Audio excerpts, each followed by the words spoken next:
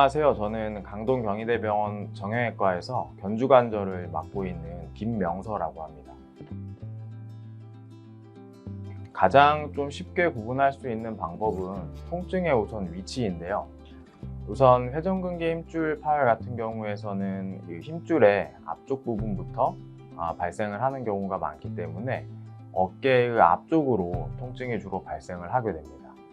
반면에 오십병 같은 경우는 어깨 관절 전반적으로 염증이 있는 질환이기 때문에 특정 부위가 아니라 전반적으로 통증을 호소하게 되고 특히 야간에 심한 통증을 호소하게 됩니다. 그렇진 않은데요. 그래도 이게 저녁이 됐을 때 보통 통증이 더 심해지고 낮에 일상생활을 할 때에는 괜찮다가 저녁에 이제 자려고 누웠는데 통증이 너무 심해서 잠을 못 주무신다든지 그런 증상들이 생길 수 있습니다. 맞습니다. 이게 왜냐하면 회전근개 힘줄 파열이 사실은 스포츠를 하다가 다치면서 이렇게 끊어지는 게 아니고 퇴행성으로 반복적인 사용으로 인해서 파열이 생기는 거기 때문에 우리가 나이를 먹으면서 힘줄이나 이런 것들이 퇴행성 변화가 일어나게 되고 이로 인해서 파열이 일어나기 때문에 일반인도 많이 발생을 할 수가 있습니다. 네, 50대 후반에서 60대까지 이렇게 주로 고령의 환자분들이 힘줄 파열이 발생하는 경우가 많습니다.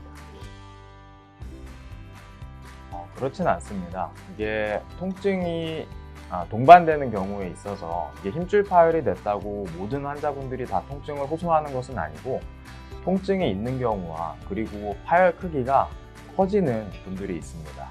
그래서 이런 분들은 수술적 치료를 하지만 만약에 통증도 심하지 않고 그리고 파열의 크기도 진행을 하지 않는다면 보존적 치료를 시행하게 됩니다. 만약에 파열이 수술적으로 이제 봉합이 잘 되고 그 봉합이 잘 유지가 된다면 수술 전, 그러니까 파열 전과 다름없는 생활을 하실 수 있습니다.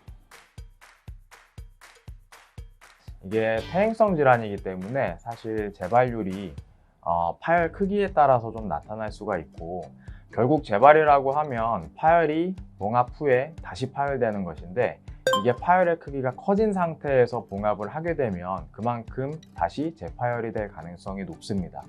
그래서 저희가 파열의 크기가 커지는 환자분들에게는 수술적 치료를 권유를 하고 커지지 않고 어느 정도 잘 유지가 되는 소파열이나 중파열 정도 되는 환자분들은 보존적 치료를 우선적으로 시행을 합니다.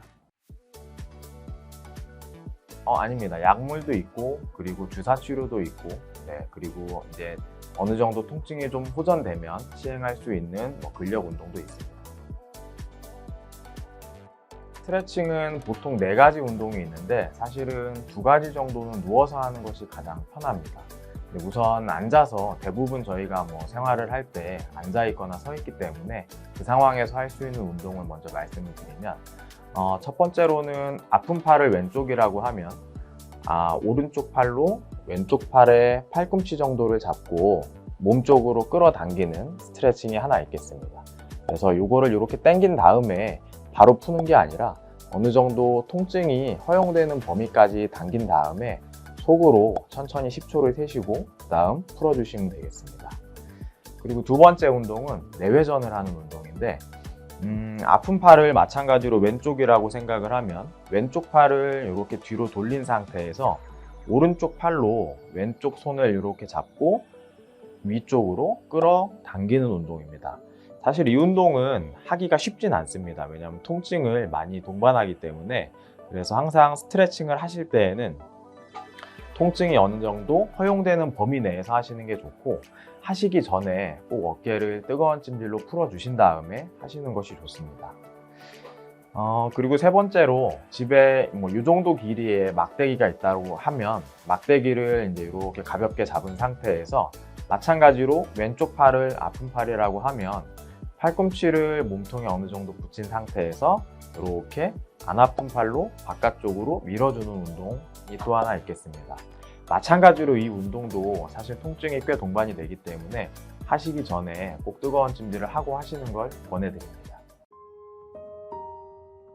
그분이 이제 수술 전에 사실은 힘줄 파열로 인해서 극심한 좀 통증을 호소를 하셔서 이것이 수술을 하고 나서 힘줄이 잘 아물고 나니까 그 통증이 사라지고, 그래서 그로 인한 불편함이 사라져서 아마 제가 기억에 남지 않을까 싶습니다.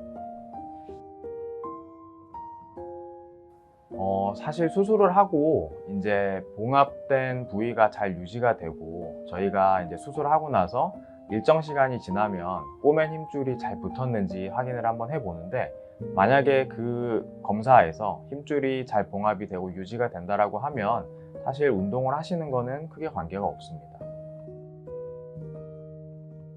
그분은 1년째 저희가 MRI 찍어봤는데 다행히 힘줄이 잘 유지가 되고 있어서 완치가 되셨다고 할 수 있습니다.